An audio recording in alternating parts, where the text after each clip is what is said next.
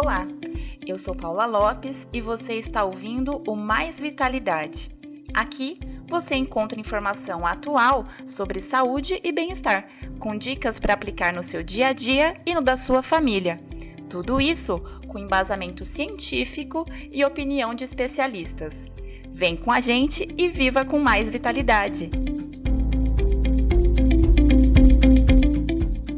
Depois das celebrações de fim de ano, costuma aparecer aquele peso na consciência por todos os exageros alimentares cometidos. E é aí que começam a ser colocadas em prática as promessas de emagrecimento e de uma vida mais saudável e equilibrada para o ano novo.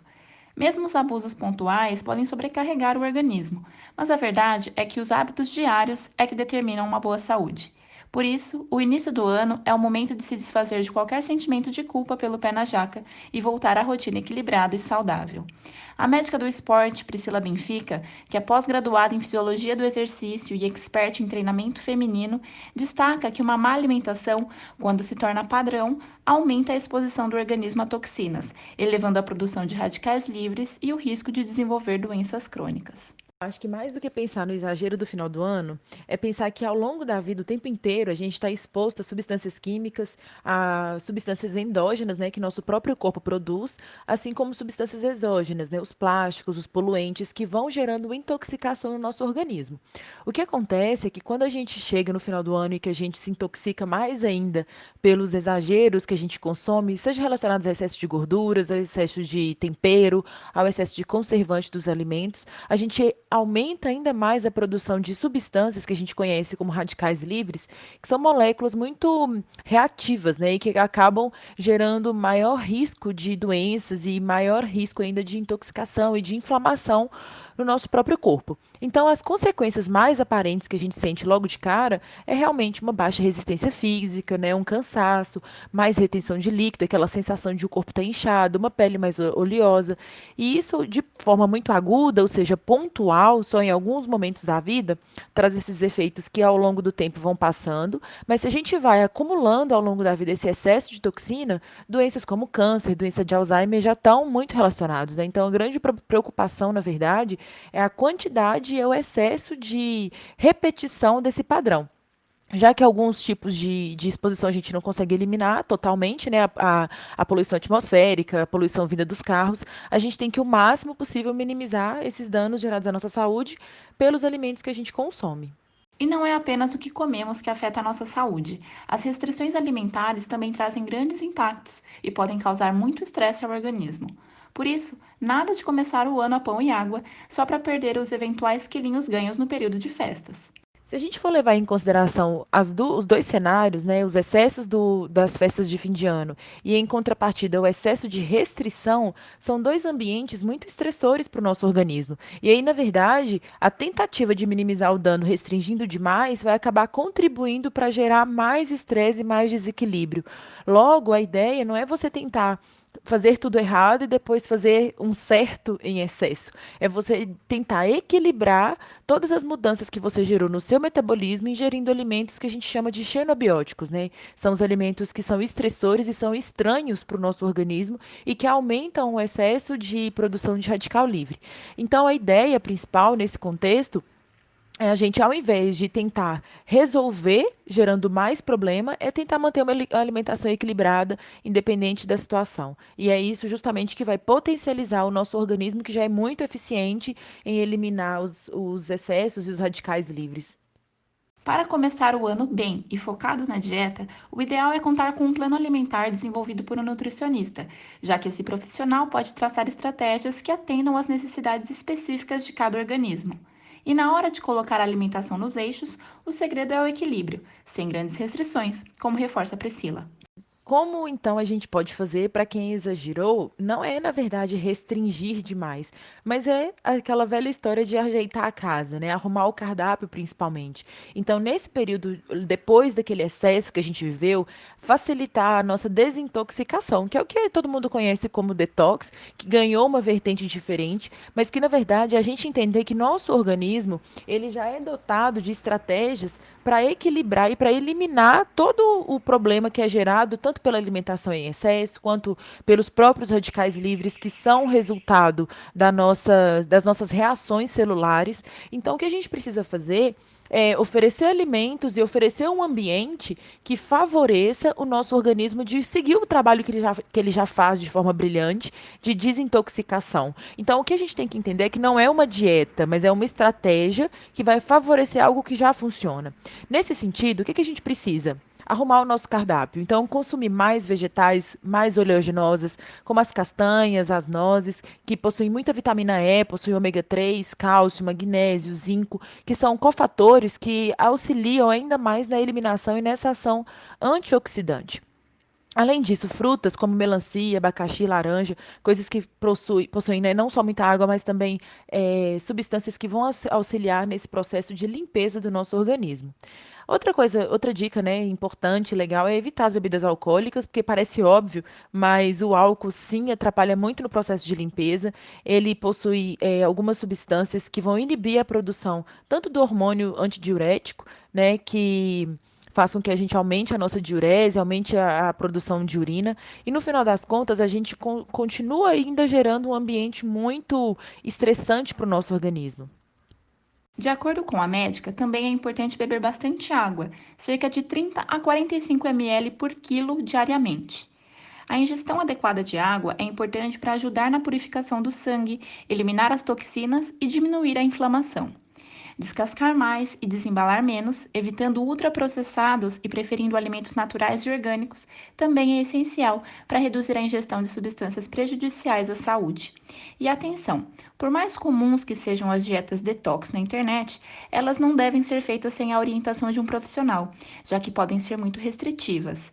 De acordo com Priscila, esse tipo de estratégia é eficaz para potencializar a capacidade natural que o organismo tem de se desintoxicar, mas sua finalidade não é o emagrecimento. Talvez seja o que mais apareça, né, tanto nas redes sociais, nas revistas, nos blogs que falam de cuidado com a saúde, a forma de ajudar o nosso corpo a limpar depois de tudo de ruim que a gente pode ter feito nesse período. E uma coisa importante da gente levar em consideração é que o detox, né, a desintoxicação, ela não é uma dieta, não é uma estratégia alimentar. Na verdade, é uma forma que o nosso corpo já produz de desintoxicação de substâncias endógenas e exógenas, né, de dentro e de fora do nosso corpo, que gera algum tipo de intoxicação, seja por bactérias, produtos de bactérias, restos alimentares, poluentes químicos, poluentes do meio ambiente, agrotóxicos. Então, tudo isso gera já uma intoxicação. E até mesmo os restos das nossas reações enzimáticas e reações que acontecem dentro das nossas células. Diante disso, o que a gente tem que entender é que algumas estratégias podem ser utilizadas para potencializar e favorecer esse mecanismo que o nosso próprio corpo já produz, mas não pode ser levado em consideração como uma dieta, porque dieta pressupõe uma mudança de hábitos alimentares que tem que ser constante, tem que ser consistente para levar à perda de gordura, né? A mudanças na nossa composição corporal. E a dieta detox, as estratégias detox, elas não têm esse poder. Na verdade, o que elas fazem é dar uma limpeza, diminuir a retenção de líquido, diminuir essas intoxicações que aconteceram, mas elas não têm a função primordial de emagrecimento. Então, dependendo de qual é a intenção que a pessoa faz essa estratégia, ela vai ter sim um ganho, né? Diminuir a retenção de líquido, de repente ela tem o intestino que começa a funcionar melhor, mas não vai ser indicado que ela faça isso por muito tempo e nem faça isso por conta própria. Priscila também destaca que a dieta detox é eficaz para limpar o organismo antes do plano alimentar de emagrecimento. E quando o objetivo é perder gordura e mudar a composição corporal, não tem atalho. A grande dica é manter a constância no plano alimentar e nos exercícios físicos. Como que a gente melhora a composição corporal e acelera a perda de peso? É fazendo o básico bem feito e se mantendo constante nesse processo. E que básico que é esse? É fazer um plano alimentar adequado para as suas necessidades, né? Que leve em consideração o seu gasto calórico, leve em consideração as suas rotinas. E ao mesmo tempo, a gente introduzir exercício físico, por quê? A gente sabe que o que emagrece é dieta, não adianta. É você comer menos do que você gasta, é você ter um déficit, né, um balanço calórico negativo, vou comer menos e gastar mais. Mas a gente só consegue se manter nesse processo fazendo algum tipo de estímulo que nos lembre que vai muito além do que você põe no prato. E vários estudos já demonstram isso, que o esporte, o exercício físico organizado, que é justamente você ter uma prescrição de exercício, você ter quantidade que precisa ser feita, horário, duração, intensidade, isso vai puxar esse novelo dos hábitos e vai fazer com que você se mantenha focado no processo. Quem treina acaba comendo melhor, dorme mais cedo, fica mais disposto, bebe mais água, e tudo isso vai fazer com que o seu corpo, de uma forma muito inteligente, elimine os excessos que foram ganhados nesse período e faz com que você se mantenha focado nesse processo. É importante a gente falar isso. Não é só o que você faz entre o Natal e o Ano Novo, mas é muito mais o que você faz entre um Ano Novo e um Natal, porque a constância do seu processo, né, de se manter comendo bem, de se manter comendo de forma mais saudável, é que vai fazer com que esses quilinhos aí eles sejam eliminados muito mais rapidamente e evite que eles sejam, né, a cada ano somados um a um e que quando você percebe já ganhou ali 10 quilos, 20 quilos. Então a maior dica é fazer com que o processo seja natural e seja prazeroso. Comer bem e se alimentar bem, fazer bons exercícios, introduzir essa rotina no seu dia a dia. As mudanças necessárias na rotina para que o resultado seja possível podem não ser fáceis de colocar em prática, mas é preciso persistir para que, passado o período de adaptação, o exercício físico e a alimentação equilibrada entrem na rotina. A especialista aponta que, especialmente após as celebrações de fim de ano, pode ficar mais difícil voltar ao equilíbrio, já que o corpo humano foi projetado para economizar energia e se adaptar mais fácil àquilo que é mais confortável. Nosso corpo, ele tem já desde os nossos antepassados lá das cavernas várias estratégias para fazer com que a gente sobreviva.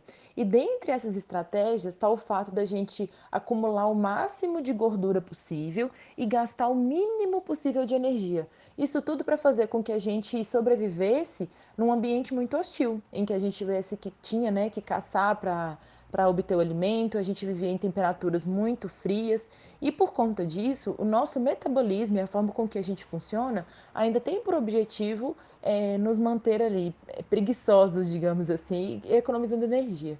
Quando a gente volta, quando a gente sai da linha e volta, o nosso corpo ele tem uma tendência a se adaptar ao que é mais confortável. E aí essa adaptação que também é até um princípio do treinamento esportivo que acontece para o bem, na medida que você começa a treinar, você se adapta melhor, mas também é um princípio de regressão. A gente volta a se adaptar ao que era antes. Logo, o mais importante é a gente entender o que que fez a gente sair, né, dessa vida equilibrada, da dieta, e quais são os motivos que a gente tem para voltar para a linha. E é justamente esse processo consciente de por que que eu preciso fazer dieta, por que eu preciso me reeducar, o que que me faz cair em tentação, se é realmente só uma data festiva ou se é porque eu não me organizei direito para isso, se é o estresse e a ansiedade do dia a dia que faz com que eu desconte na comida. Então, são vários fatores que precisam ser levados em consideração. Mas sim, é fato que essa sensação de voltar à dieta, já que é um processo que precisa de não só ser consciente, mas precisa de um movimento. Não é automático ter dieta sempre. Ter um plano alimentar, né, sempre bem organizado, não é automático separar a roupa para academia, não é automático ter que de repente acordar mais cedo ou dormir mais tarde por causa do treinamento que está sendo realizado. E aí sim é mais custoso, né? O nosso corpo ele precisa de um movimento que demanda mais energia para que isso seja feito. E por isso que a sensação de sair da zona de conforto gera esse primeiro passo mais custoso. Mas depois que você entra no ritmo, você vê que em uma semana já está tudo acontecendo da melhor forma. No fim das contas, voltar ao equilíbrio ou começar um plano de emagrecimento do zero é questão de dar o primeiro passo e se manter determinado por uma causa maior, a sua saúde. E quando chegar o Natal e Réveillon de 2021, não vai ter peso na consciência se todos os outros dias do ano foram saudáveis, como reforça a Priscila.